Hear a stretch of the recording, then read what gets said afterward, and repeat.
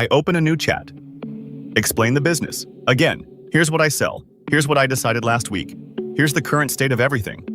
The AI nods. Very helpful. Absolutely no memory of the last 6 conversations where I said exactly this. That is not a bad model. That is a missing file. Your AI does not know your business because nothing ever wrote it down somewhere the AI can read. So you are the memory. You rebuild the context by hand every session, which makes you the bottleneck and the reason nothing moves when you step away.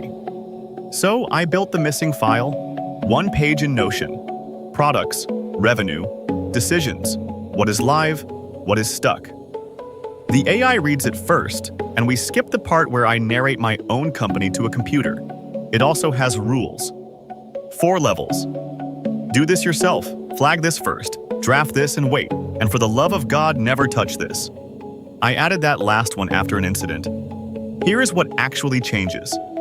Once the AI can read the state and knows where its authority ends, you can hand it real work instead of supervising it. Not drafting, operating. That is the line between AI you prompt and AI that runs part of your business.